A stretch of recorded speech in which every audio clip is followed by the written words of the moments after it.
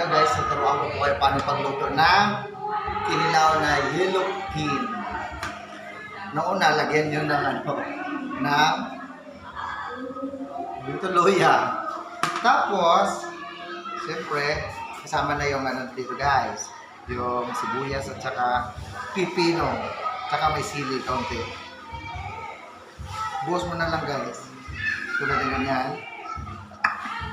Yan. Siyempre, lagyan mo ng kalamansi. Flavor ng guys, kamay ko. Yeah. Haluin mo siya ngayon. Katulad ng ganito. Yan.